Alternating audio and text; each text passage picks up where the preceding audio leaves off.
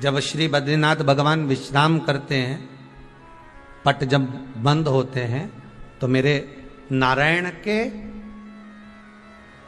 हृदय से बाहर जो लक्ष्मी जी का मंदिर है, वहां से लक्ष्मी जी को लाकर हृदय से लगाया जाता है और भगवान को एक कम्मल पूरा घी में उसको लपेट कर, पूरे घृत में उसको लगाकर, गौ माता के घृत में उसको लगाकर नारायण को भगवान शिव का स्मरण कर कर लपेटा जाता है। भगवान नारायण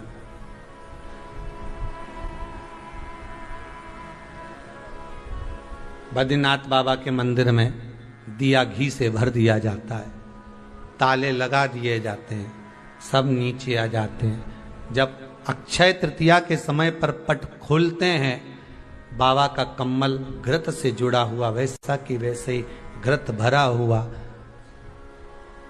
घृत में स्थिरता है, घर में घृत के अंदर लक्ष्मी का भाव आ जाता है। हमारे यहाँ हिंदू धर्म में बहुत सुंदर बात कही जाती थी पहले, आजकल जमाने में कहते कि नहीं कहते मालूम नहीं, पर मारवाड़ के अंदर एक रीति थी। घर के अंदर रसोई घर में एक इतनी बड़ी कुल्हड़ होती थी जिसमें घी भरा होता था, छोटी सी चम्मच होती थी, उसमें पूरे घर का घी खाली हो जाए और उस कुल्हड़ का घी खाली नहीं होना चाहिए। नानी भाई का मायरा सुना है आप लोगों ने?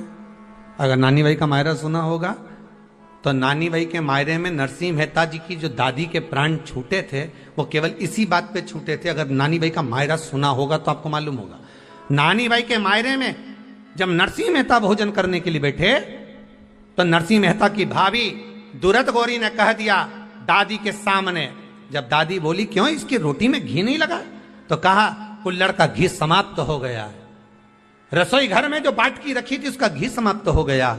जय कुंवर भाई को चिंता लग गई, आंखों से अश्रु बहने लगे और जय कुंवर भाई नरसिंह मेहता की दादी प्राणों को छोड़ दी कि मेरे रसोई घर का घी समाप्त हो गया, मतलब ये घर अब बर्बाद होने में देरी नहीं लगेगी। नानी भाई का मायरा कहता है दादी के प्राण छूट गए थे, नैनों से नीर बह रहा था, केवल जरा सा संवाद। शास्त्र कहता है घर के रसोई घर में जिस बाटकी से आप रोटी पर घी लगाते उसकी बाटकी में भले आधा चम्मच घी पड़ा पर पड़े रहना चाहिए। क्यों? वो लक्ष्मी को घटने नहीं देता। जिस दिन बाटकी मंज जाए, साफ हो जाए, उस दिन उसी दिन उसको धोकर पोंछ कर वापस भर देना चाहिए। अगर बाटकी गंदी हो गई तो आप धो पोछो, मना नहीं है, पर उसको धोने पोछने से पहले एक कटोरी में घी भर दो, चम्मच रख दो। पर रसोई घर में बाटकी में घी होना चाहिए और उसमें आप डालते रहो और लगाते रहो, रोटी में चलेगा, पर बाटकी का घी समाप्त नहीं होना चाहिए, कुल्हड़ का घी समाप्त नहीं होना चाहिए। वो बरकत है, वो भंडार है, वो संपदा है हमारी। घृत वैभव देता है, घृत वैभव प्रदान करता है,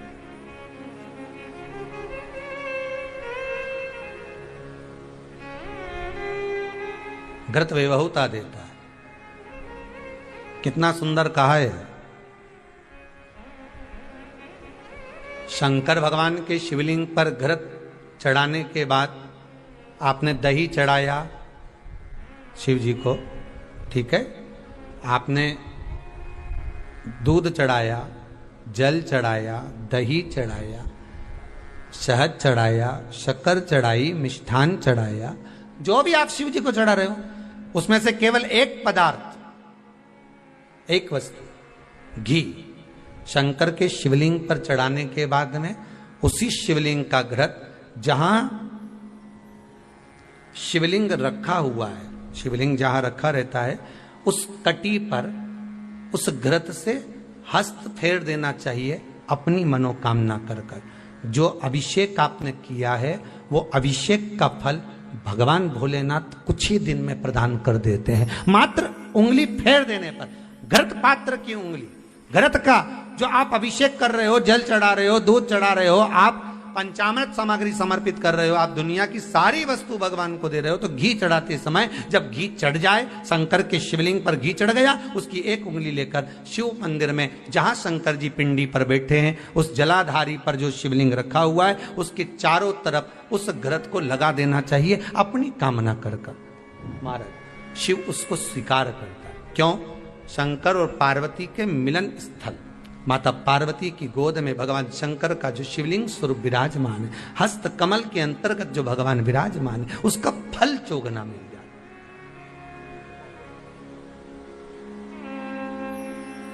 शक्तिपीठ नाम सुना है? अरे बोलो तो, जितने लोग कथा सुन रहे, शक्तिपीठ नाम सुना है? शक्तिपीठ का मतलब क्या होता है? जहां पर माता सती के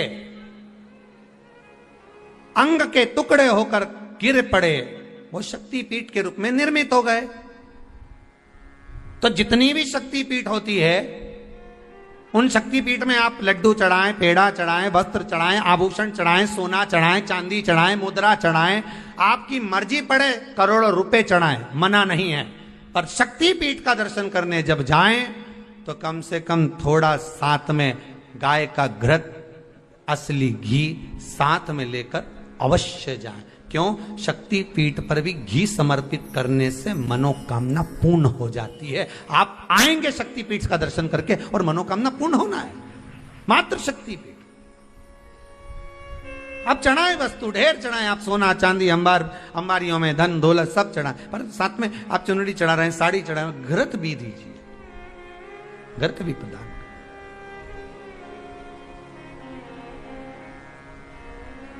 घृत का दान मूल है। धर्म पत्नी से संतान नहीं, औलाद नहीं, बड़े दुखी है, बड़े दुखी। अच्छा, संतान नहीं हो, किसी नारी की गोद, अगर स्त्री की गोद अगर खाली रह जाए तो भी दुख होता है उसको कि मेरे घर में औलाद नहीं, संतान नहीं। हम कई बार कहे, आज फिर कहते हैं, ये टेस्ट भी बाद में कराना, सारी जांचें बाद में कराना। एक बार शंकर का भजन कर कर देख लो।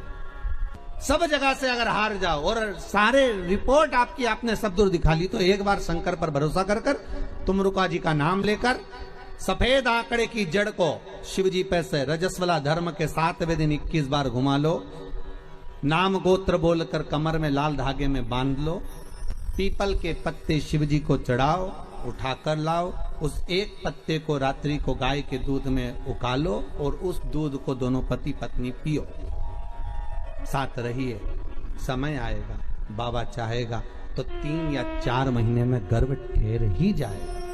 सारे डॉक्टर को दिखा लिया अपनी जगह, टेस्ट भी करवा लिया अपनी जगह, पर एक बार प्रयोग, और वो विश्वास रखकर करना पड़ेगा। शंकर पर जो भी कार्य कर रहे हो आप, जो उपाय कर रहे हो आप, शिव का स्मरण कर, भगवान पर अगर विश्वास रखोगे, भरोसो दृढ़ इन चरणन कहो, श्री वल्लभ नक चंद्र छटा बिन सब जगह ही अंधेरो। अगर भरोसा है तो शंकर है, और भरोसा नहीं तो शिव कहां से?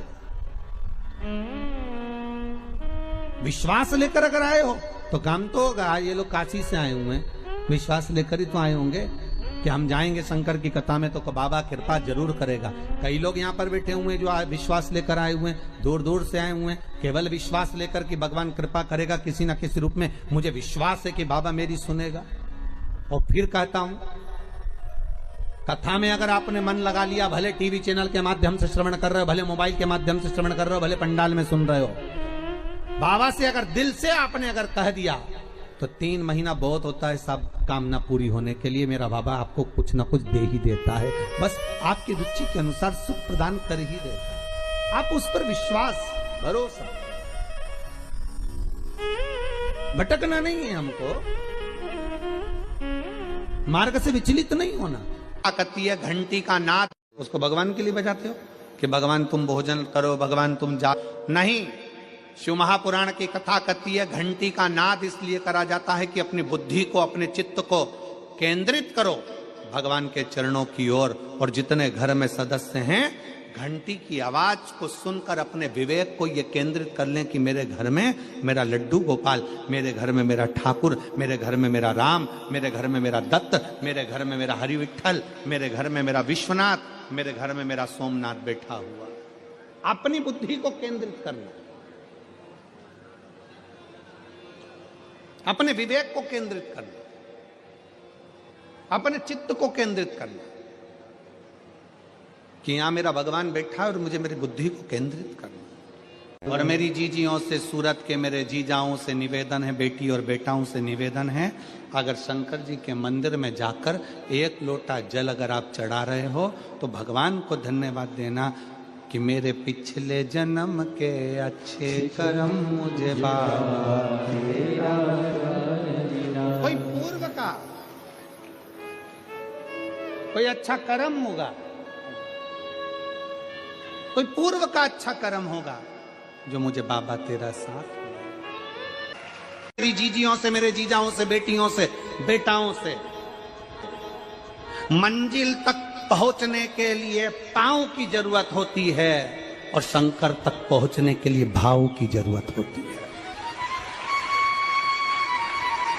मंजिल तक पहुंचना है तो पांव की जरूरत होगी, और शंकर तक पहुंचना है, शिव तक पहुंचना है, शंकर से कुछ प्राप्त करना है, झोली पसार कर अपनी झोलियों में खुशियां प्राप्त करना है तो भाव की जरूरत होती है, केवल भाव।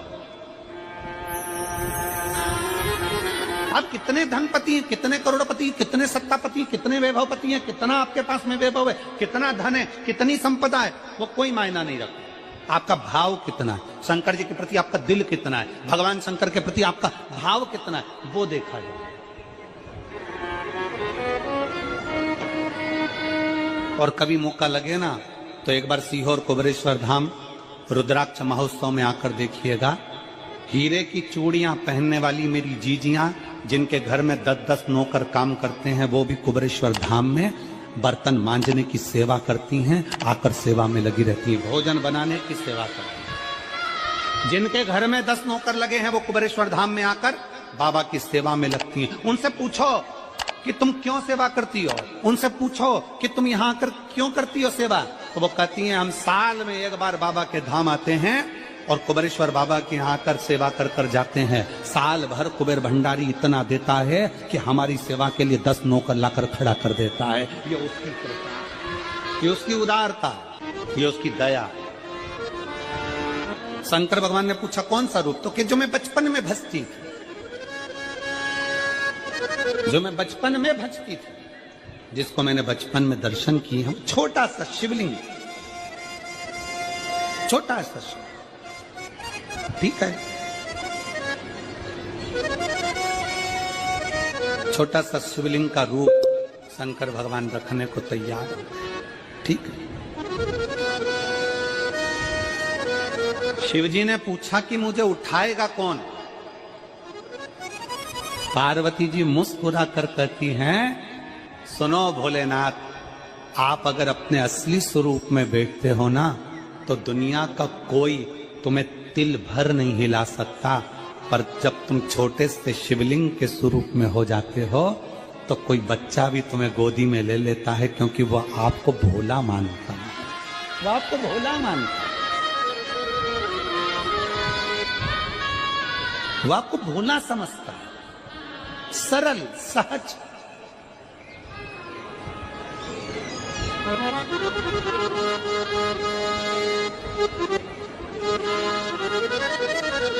बहुत बड़ा दर्शन का फल है।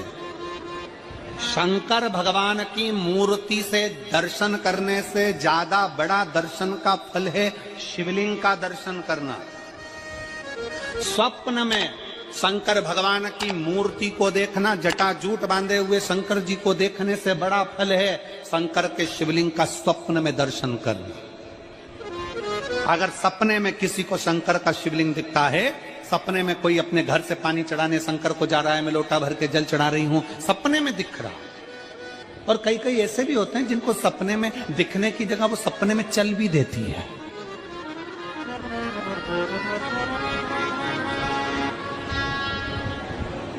महाराष्ट्र में कथा थी तो वहां एक पत्र आया था, एक भाई ने लिखा था मेरी पत्नी से मैं बहुत परेशान हो गया हूं।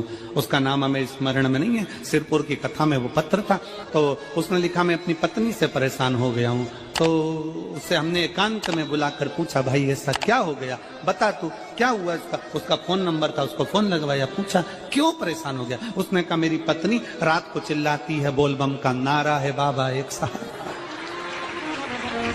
कभी कभी सपने में बैठकर चिल्लाती रहती है, ऐसे बैठ जाएगी और चिल्लाएगी, श्री शिवाय नमस्तुभ्यं, श्री शिवाय नमस्तुभ्यं। और तो और यहाँ तक तो चल जाता है गुरुजी, पर इससे आगे नहीं चल पाता है। हमने पूछा इससे आगे क्या? नींद में रसोई घर में जाना चाहिए, बाजू में बोतल रख के सोती है ना पानी पीने की, वही बोतल उठ के मेरे को शंकर जी समझ के उंडेल देती है। दिक्कत नजदीक तक, यहां तक भी चल जाएगा कि श्री शिवाय नमस्तुभ्यं जप है, और ये भी चल जाएगा कि बोल बम का नारा है और बाबा है, पर ये नहीं चलेगा कि वो पानी की बोतल ठंड में मेरे ऊपर डाल दे उंडेल की। ये हमने कहा तू कल अपनी धर्म पत्नी को लेकर आना। उसकी पत्नी आई, आंखों से उसके नीर बह रहा था, जल, आंखों से जल बह रहा था। जैसे आज गाड़ी चलाकर लेकर आने वाले जो भाई थे, अब कमल जी आपने किसको भेजा था हमें नहीं मालूम, जो गाड़ी चलाकर आज लेकर आए थे हमको लेकर, उनकी आंखों में जल भरा हुआ था। वो कह रहे थे जब पहले गुड़ियारी में कथा थी, सबसे आखिरी में बैठकर कथा सुनी थी, एक विनती करी थी बाबा से कि बाबा बस ऐसा कर देना। दूसरी कथा मैंने रायपुर के पास में जब हुई अमलेश्वर में, तब कथा के मध्य में बीच पंडाल में बीच में बैठकर सुनी थी। फिर वहां भी बाबा से एक विनती करी थी, और आज मेरे बाबा ने ऐसी कृपा कर दी कि आपके नजदीक में बैठकर गाड़ी चलाकर यहाँ तक पहुंचा।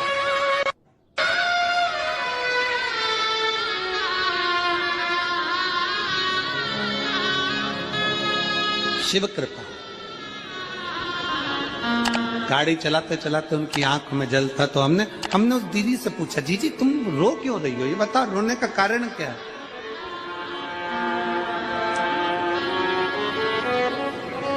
कहने लगी गुरुजी आपका इतनी नजदीक से दर्शन हो गया। हमने कहा जी जी एक बात सुन, आज बड़ी प्रसन्नता से कहते हैं कि किसी गुरु का दर्शन जब होता है तो आंखों से नीर बहता है।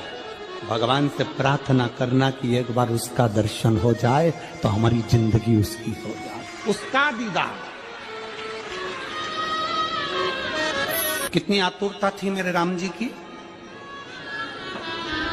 राम जी ने शिवलिंग की स्थापना जब रामेश्वर में करी, उसके पहले राम जी ने हनुमान जी से कहा जाकर कैलाश पे से शिवलिंग लेकर आओ।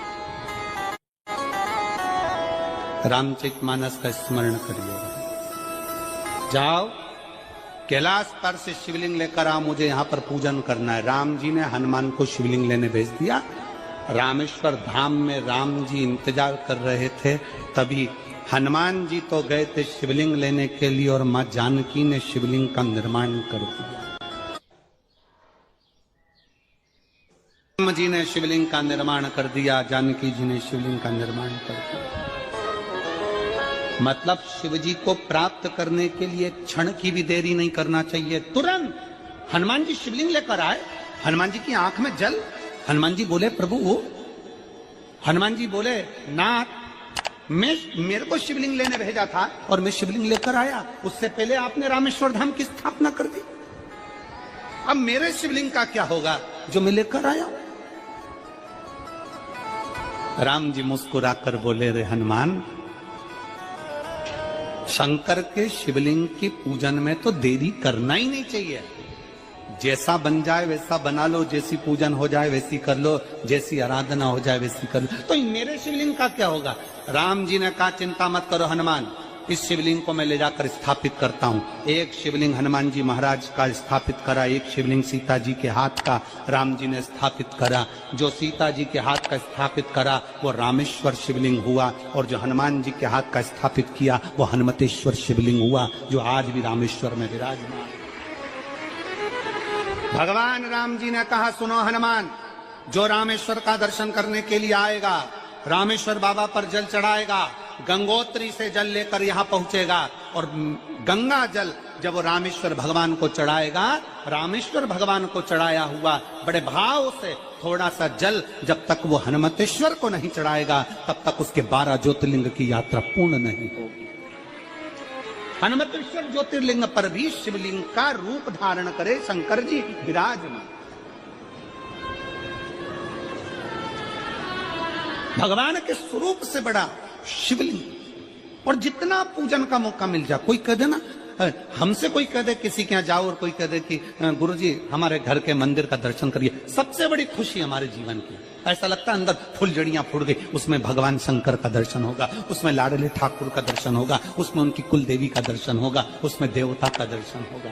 परिवार से मिलेंगे बाद में, पहले मिलो अंदर विराजमान शिव से। कई बच्चे गले में रुद्राक्ष पहने रहते हैं ना, कई बच्चे, कई बेटियां, कई माताएं अपने गले में रुद्राक्ष पहनी रहती हैं, कई मेरे भाई अपने गले में रुद्राक्ष पहने रहते हैं। और बच्चे के गले में जब रुद्राक्ष का दर्शन होता है तो ऐसा लगता है कि शंकर इसके साथ कदम से कदम मिलाकर चल रहा है। पहले हम उस रुद्राक्ष को नमन करते हैं। जिसके गले में रुद्राक्ष होता है पहले हम उसको नमन करते हैं, क्योंकि उसके गले में शंकर स्वयं विराजमान है, शिव उसके साथ चल रहा है। में शंकर स्वयं विराजमान है, शिव उसके साथ चल रहा।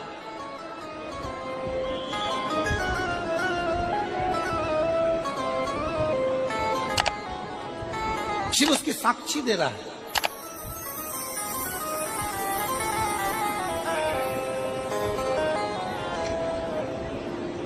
शंकर कृपा करने वाला दयालु दातार, उसकी उदारता, उसकी करुणा। एक पत्र है,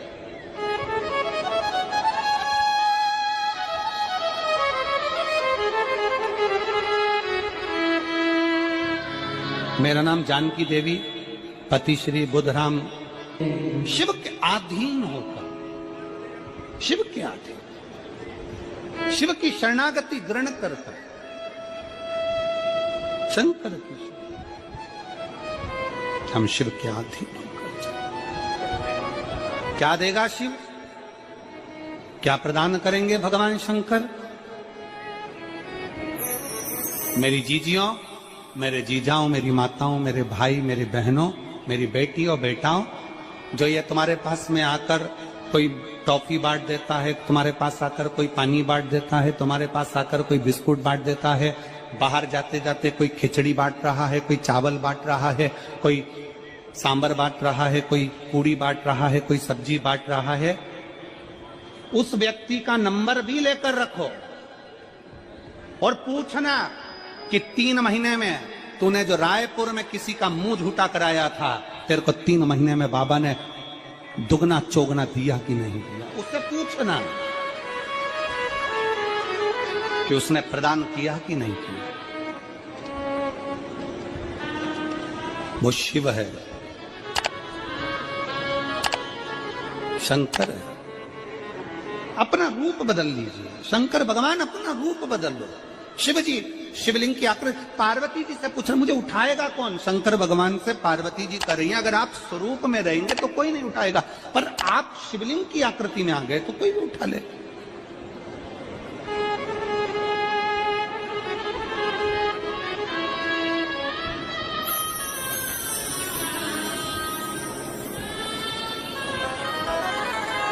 अपने बाप के घर, अपने पिता के घर, अपने पिता के घर, अपने बाबुल के घर, अपने पिता के घर, अपने बाप के घर जब भी जाते हैं, एक दिल लेकर, एक भाव लेकर जाते।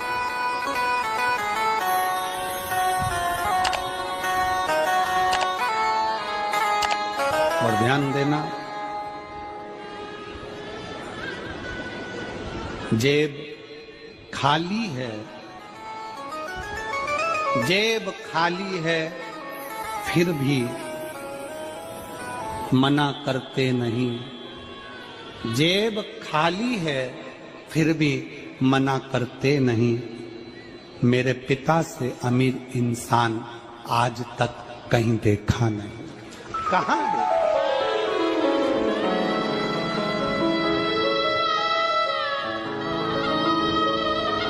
पेट में पानी है, वो धीरे धीरे डॉक्टर बोल रहा है सूख जाएगा। अब डरने का विषय नहीं है। शिव तत्व कहीं समस्या खड़ी हो जाए, कहीं बहुत विकट समस्या है और कोई हल ना मिल रहा हो, तब जिस शिव मंदिर में आप आराधना करने जाते हो, पूजन करने जाते हो, अर्चना करने जाते हो, उस शिव मंदिर के पास में कहीं बेलपत्री का वृक्ष ढूंढो और उस बेलपत्री के वृक्ष के नीचे केवल आप जाकर एक मूंग का दाना या एक चावल, वहीं पर जो कंकर पड़ा हो उसी कंकर को शिव मानकर आप समर्पित कर लोटा भर के जल समर्पित कर दो। आपको ये नहीं कि माला पकड़ के बैठना, आपको ये नहीं कि मंत्र का जाप करना, आपको ये नहीं है कि आप कोई मंदिर में जाकर बैठ जाओ। आपने जल चढ़ा दिया, शिव से डायरेक्ट जाकर कह दिया कि मेरी ये समस्या बड़ी विकट है।